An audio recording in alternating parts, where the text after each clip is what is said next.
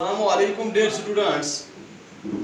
आज हम class 8 subject history topic weavers, iron smelters and factory owners के बारे में हम पढ़ेंगे, जो हमने T1 से लिया गया है। तो इसके बारे में जो है weavers, iron smelter and factory owners, तो हम आज वेवर्स हो गया जुलाई या कपड़ा बनाने वाले, लोहा तराशने वाले, एंड फैक्ट्री ओनर्स और फैक्ट्री के मालिकान के बारे में आज हम पढ़ेंगे। तो सीधा हम चलते हैं अपने टॉपिक की तरफ। तो सब अपने पेज नंबर 65 निकालेंगे। तो हम शुरू करेंगे अब।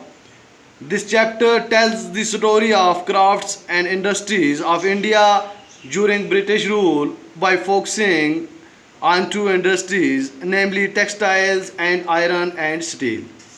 ये जो सबक है ये हमें कहानी बताता है दस्तकारी के बारे में, इंडिया के अंदर इंडस्ट्री के बारे में, जो during British rule by focusing, और उस टाइम के अंदर ज़्यादा फोकस दो इंडस्ट्रियों के ऊपर था, जिनमें से एक टेक्सटाइल इंडस्ट्री है और दूसरा जो है वो आयरन एंड स्टील इंडस्ट्री है।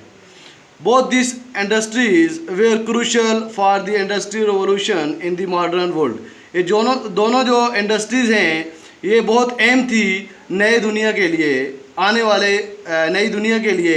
Mechanised production of cotton textiles made Britain the foremost industries nation in the 19th century.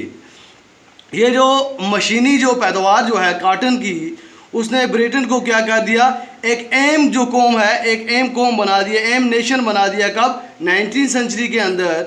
And when its iron and steel industry started growing from the 1850, it come to be known as the workshop of the world। और जब उसके बाद iron और steel industry थे, उन्होंने भी शुरू कर दिया ग्रो अप। जब उन्होंने भी शुरू हुआ, वो भी आगे बढ़ी, तो उस वक्त जो ब्रिटेन थी, जो बरतानिया था, वो वर्कशॉप, दुनिया के वर्कशॉप के नाम से जाना गया।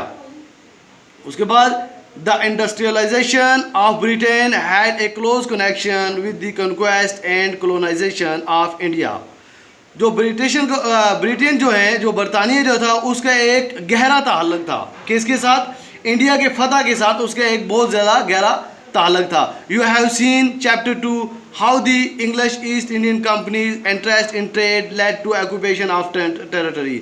आपने देखा होगा चैप्टर 2 के अंदर कि किस तरह इंग्लिश ईस्ट कंपनी ने किस तरह अपना जो दिलचस्पी थी वो ट्रेड की तरफ बढ़ाई, और उसी की वजह से उनको क्या हुआ जी, led to the occupation of the territory. तो उसी की वजह से उनको रियासत के अंदर से क्या मिला जी, फ़ायदा मिला।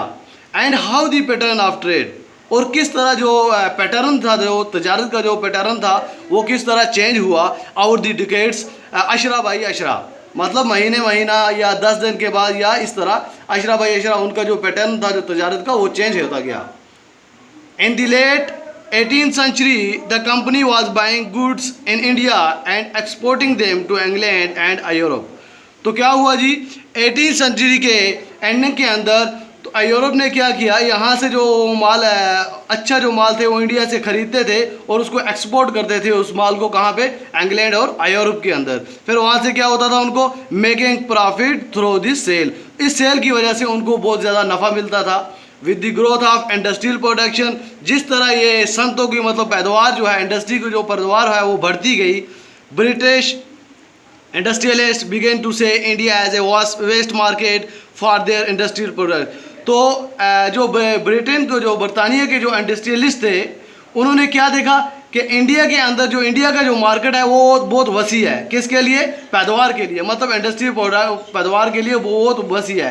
And our time manufacture goods from Britain began flooding India, और जैसे वो वक्त गुजरता गया तो उनका जो मतलब मैन्युफैक्चर जो थी, उन्होंने क्या हुआ, वो इंडिया के अंदर सैलाब की तरह उसका आगाज़ हुआ, मतलब फैल गया पूरे ही तरीके से।